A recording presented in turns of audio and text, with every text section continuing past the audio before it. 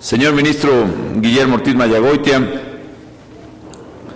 representante del Poder Judicial de la Suprema Corte de Justicia de la Nación y expresidente de la misma, señor senador José González Morfín, presidente del Senado de la República, señor diputado Guadalupe Acosta Naranjo, presidente de la Cámara de Diputados, licenciado Gabino Cue Monteagudo, gobernador de Oaxaca, licenciado Rafael Moreno Valle, gobernador de Puebla, muy apreciables señoras y señores embajadores y cónsules de México en todo el mundo, muy estimadas y estimados embajadores eméritos y eminentes, muy estimados miembros del Servicio Exterior mexicano, muy estimados secretarios y colaboradores del Gobierno Federal, Procuradora, amigas y amigos. Me alegra mucho el poderme reunir nuevamente con los miembros del Servicio Exterior mexicano, con mujeres y hombres encargados de defender, de enarbolar los principios y los legítimos intereses de nuestro querido México en todo el mundo. Yo reconozco, amigas y amigos, el enorme trabajo que ustedes realizan para que nuestra nación se haya posicionado como un actor fundamental en los procesos globales de concertación y desarrollo. Lo mismo en integración en América Latina y el Caribe, que en temas fundamentales para el futuro de la humanidad, como el cambio climático y el medio ambiente, o bien fundamentales para el presente económico del mundo, como el liderazgo en el G20. No hay ninguna duda que hoy nuestra diplomacia se ejerce, y se ejerce bien, en todo el mundo, y que nuestra voz, la voz de México, a pesar de todo, se escucha y se respeta en los foros internacionales. Su papel también, en mi opinión, ha sido indispensable para contribuir desde su tarea al desarrollo de México y para proyectar la imagen de nuestro país en el exterior. Así que yo quiero agradecerles a todas y a todos ustedes, amigas y amigos, su lealtad, su profesionalismo y su patriotismo. También quiero desearles a ustedes, a las y los integrantes de la Mesa de Honor, un muy feliz año, un año 2012 próspero, dicho además de corazón porque creo en ello, y un año donde en términos de realización personal, familiar, profesional, esté precisamente pleno de logros. Hace 5 años iniciamos un proyecto humanista de gobierno con un objetivo claro que es el de transformar a México, el transformar a México en lo que queremos que sea México, un país más seguro, un país más justo y un país más próspero, un México más democrático, un México más libre, un México limpio. Y en el camino, que duda cabe, hemos enfrentado los más diversos y también los más difíciles retos que quizá a muchos otros gobiernos en otros países hubieran debilitado sustancialmente, o bien a otros ya los hubieran hecho claudicar o desfallecer. Cualquiera de los que ustedes puedan escoger de lo que hemos enfrentado, el incremento más notable en varias décadas en el precio mundial de los alimentos, que incrementó sustancialmente los niveles de pobreza en todo el mundo, que provocó nuevas crisis de hambre, por ejemplo, en el Cuerno de África, y que ha generado también, qué duda cabe, turbulencias importantes con impactos políticos fundamentales, como es, por ejemplo, el rol que el aumento de los alimentos y los combustibles tuvo en la llamada primavera de África del Norte o en la primavera árabe. Desde luego, el recrudecimiento de la violencia generada por el crimen organizado en nuestro país, el surgimiento inédito, insólito, de un nuevo virus mortal a nivel mundial que brota precisamente aquí en la ciudad más poblada del mundo, en nuestra Ciudad de México, el virus H1N1, la crisis económica internacional más grave que hayan tenido conocimiento y memoria las generaciones presentes, y que brotó, surgió en 2008 y tuvo un impacto poderoso en México en 2009, la peor sequía que haya tenido el 40% del territorio nacional en 70 años, y decimos 70 años porque son los años en que hay registro pluvial en el país, pero los registros de Texas marcan que es la peor sequía en los 180 años que han tenido registro en ese estado. En fin,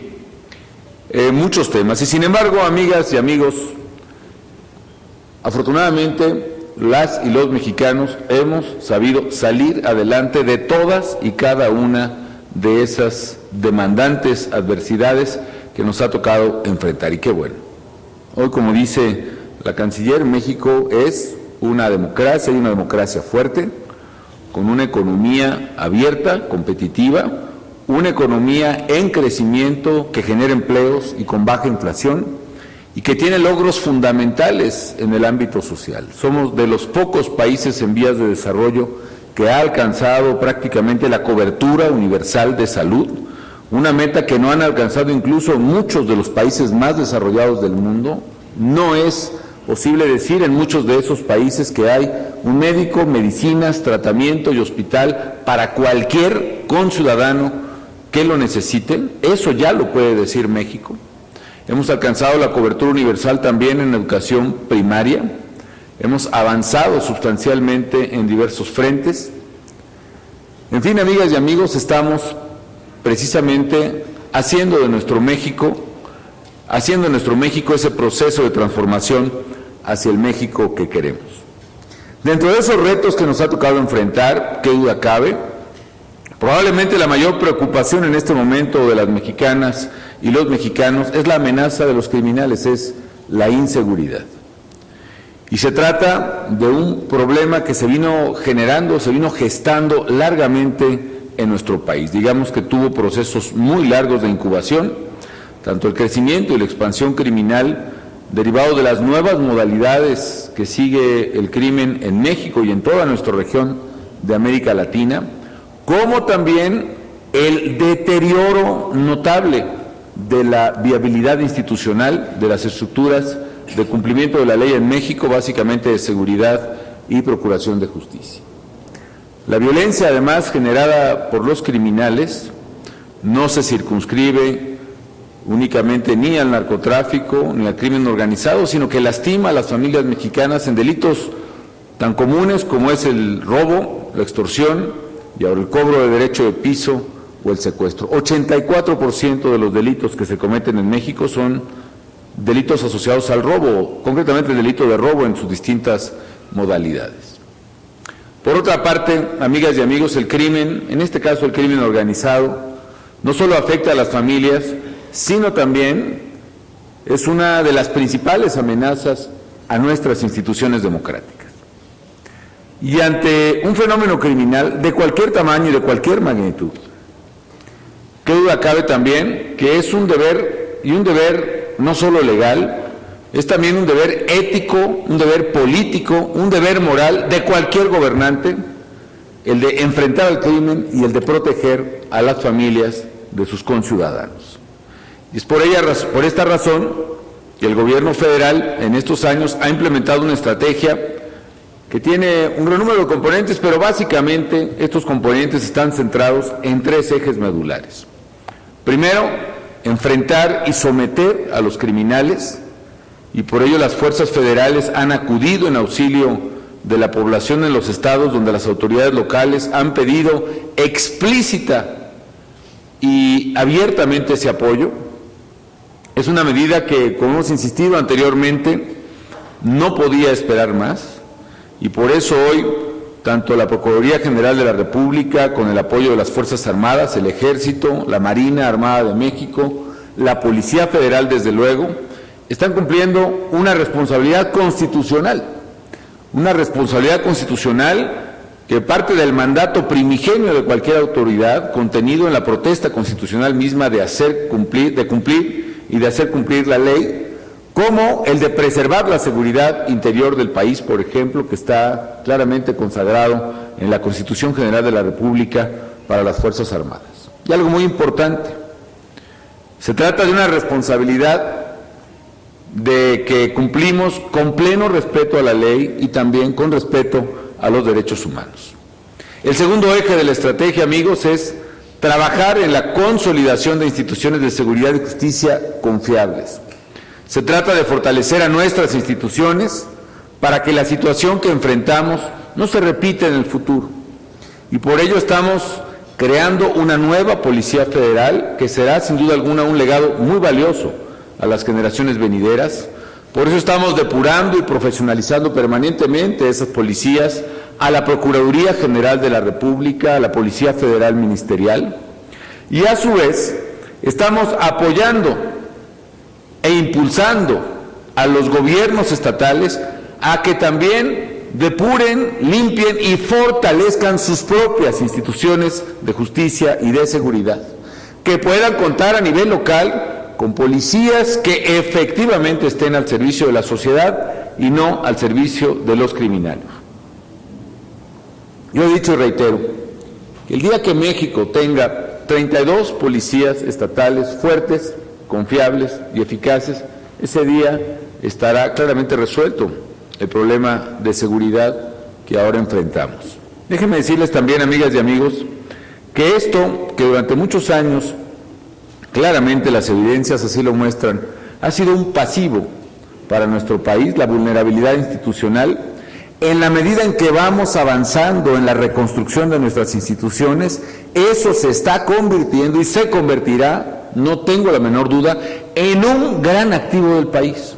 Es decir, en el futuro, México se distinguirá, estoy seguro, de seguir por este camino, por tener instituciones de seguridad y de justicia, de cumplimiento de la ley, de enforcement, que verdaderamente constituirán un gran activo, una gran fortaleza de nuestra nación, y eso también me parece muy importante subrayar. Y tercero, el tercer componente, el tercer eje de nuestra estrategia es más importante que los otros dos. Así como la reconstrucción institucional es más importante que la persecución misma de los criminales, también el tercer componente, la reconstitución del tejido social, es más importante que los anteriores. Y aquí se trata, amigos, de generar un tejido social más cohesionado que impida que la delincuencia permee en la sociedad, y eso es lo más importante a largo plazo. Tenemos un gran valor en el hecho de que México es un país joven, fuerte, que tiene un bono demográfico importante, una situación inversa a la que ocurre, por ejemplo, en las economías europeas, donde prácticamente ya por cada jubilado hay solo un trabajador o dos, lo cual hace inviable e imposible sus sistemas de seguridad social y de retiro. Pero en nuestro México tenemos todavía una enorme base que hace que la población económicamente activa sea significativamente mayor que toda la población dependiente del país. Y este bono demográfico debe traducirse en beneficios para el país. Sin embargo, esta propia realidad demográfica también genera una enorme presión en otros componentes. Por ejemplo, la falta recurrente, estructural, formada durante muchos años y que México ha tenido de no poder darle opciones de estudio, por ejemplo, y de desarrollo personal a sus jóvenes, eso ha generado también que muchos de ellos sean presa fácil de adicciones o de engarzamiento en las redes de los propios criminales, que usan a los muchachos prácticamente como carne de cañón.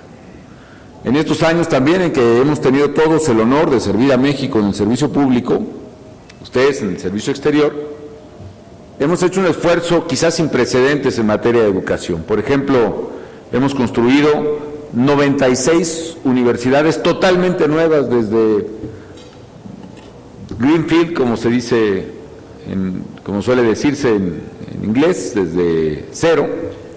Hemos ampliado o duplicado el campus de otras 50 universidades más en el país, algo que no se había hecho en mucho tiempo, y hemos construido también prácticamente desde cero casi 1,000 nuevos bachilleratos, 985 para ser exactos. Con lo cual hemos hecho la mayor ampliación de oportunidades educativas que se haya hecho en México para un periodo similar. ¿Qué es lo que buscamos? Buscamos una sociedad más justa, una sociedad más solidaria, una sociedad mayormente cohesionada. Y es una sociedad no solo más justa, sino que también puede enfrentar y superar incluso el desafío de la criminalidad.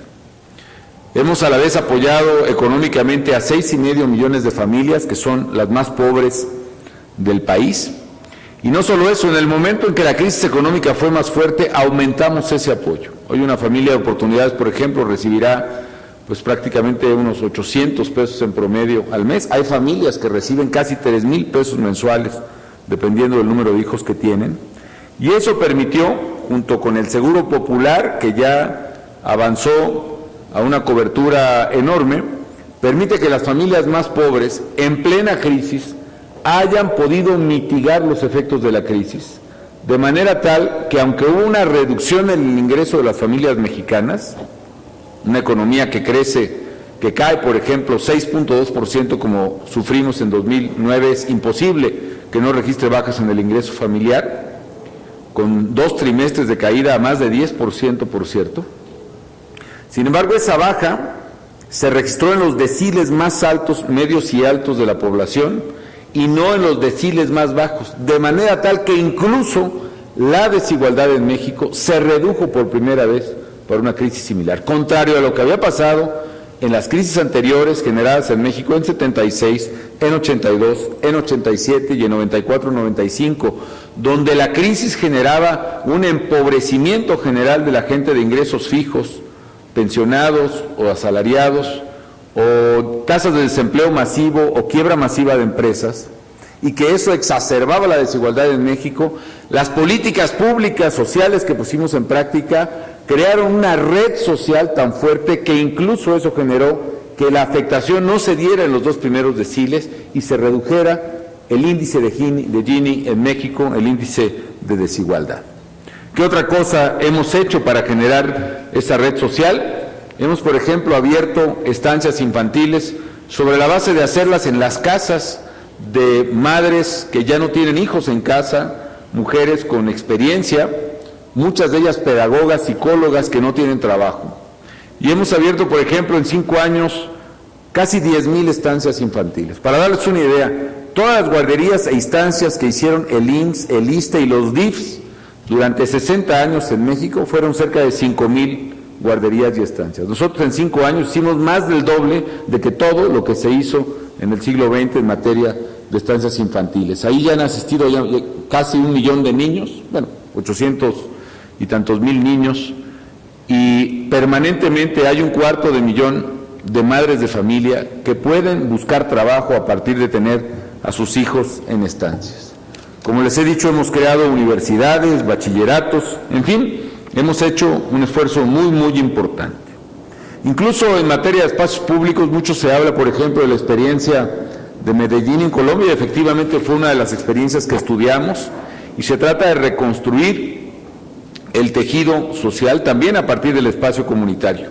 Y aunque no somos autoridad municipal, que es la que debiera estar encargada de ello, o autoridad local, como se hace en el propio caso tan mencionado siempre de la autoridad de Medellín, Colombia, el hecho es que nosotros hemos auxiliado a poner canchas deportivas y recuperar espacios públicos, parques, jardines, en más de 4,000 espacios en todo el país, donde lo importante no es la cancha de pasto sintético, sino que le hemos entregado a las familias de la comunidad el dominio de la cancha y del espacio, con lo cual también contribuimos a reconstruir ese tejido social. En fin, amigas y amigos, hemos trabajado muy fuerte también en infraestructura.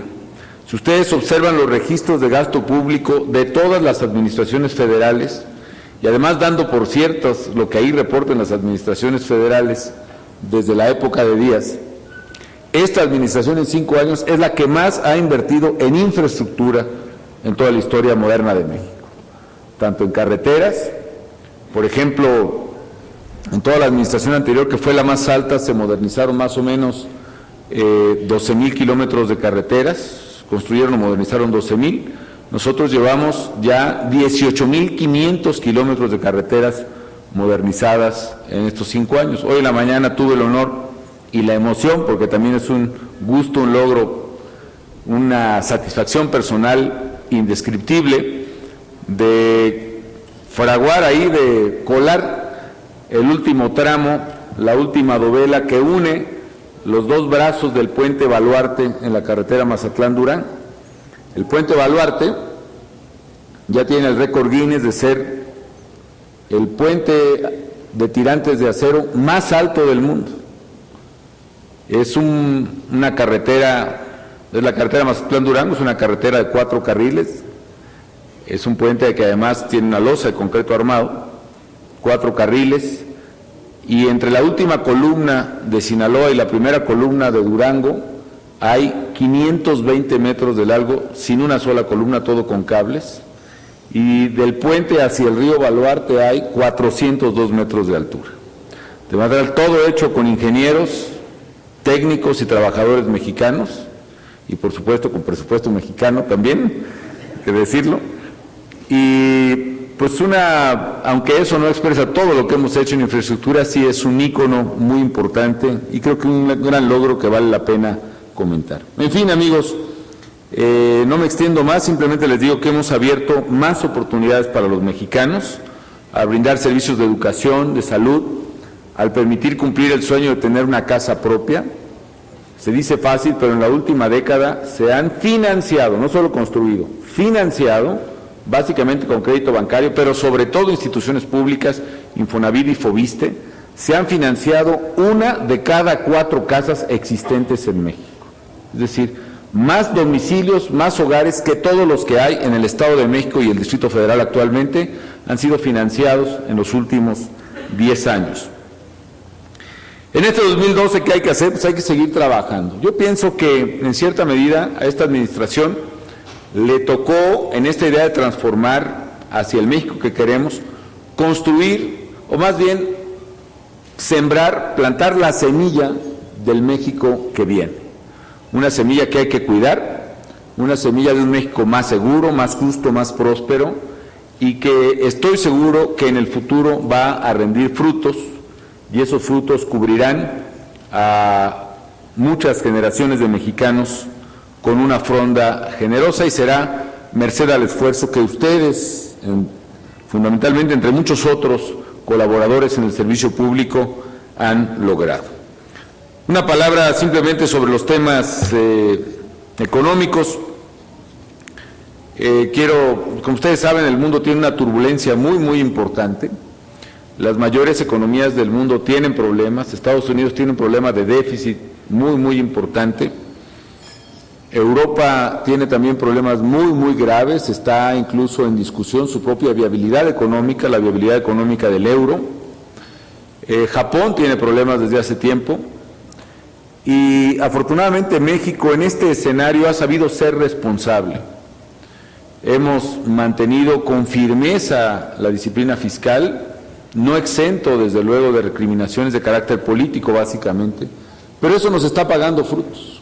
¿Qué es lo que ocurrió en Grecia y qué es lo que ocurrió en muchos países que ahora enfrentan problemas graves de deuda? En Grecia, amigos, y en muchos países pasó lo que pasó en México muchas veces, que se gastó más de lo que se ingresó permanentemente, y eso es insostenible. Y a la hora que se tienen déficits altos y recurrentes, hay que pagar deudas, y esas deudas no son siempre financiables. Eso nos pasó en México, en muchas crisis de balanzas públicas y balanzas de pagos que llevaron a la pobreza a millones y millones de mexicanos, y eso está poniendo al borde de un abismo, por lo menos, al propio sistema europeo.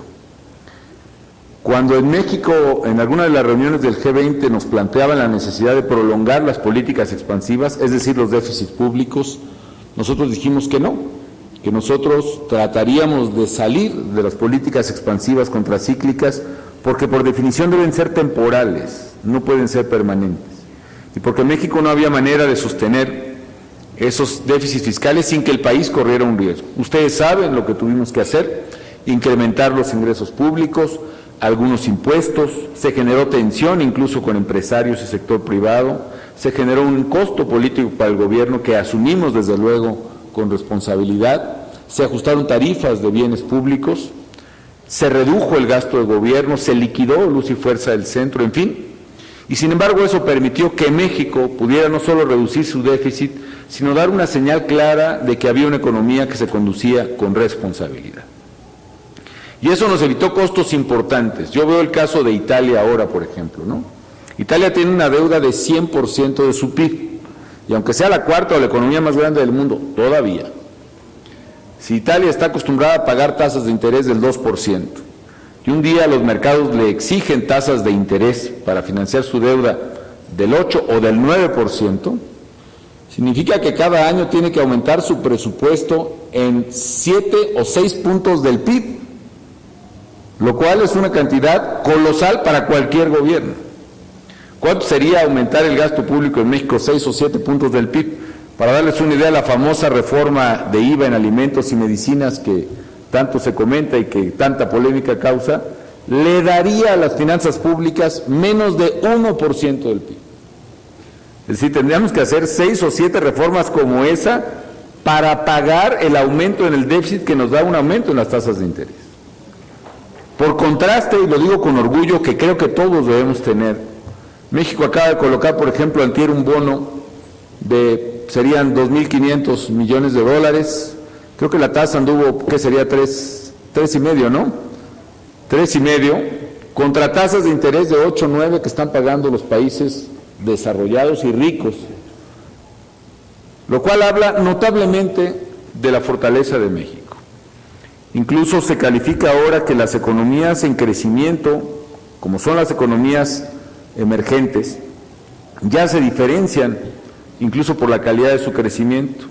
Economías con riesgos de calentamiento, entre las cuales está, por ejemplo, Brasil o incluso la propia China, y economías sin riesgos de calentamiento o baja inflación, como es el caso de México.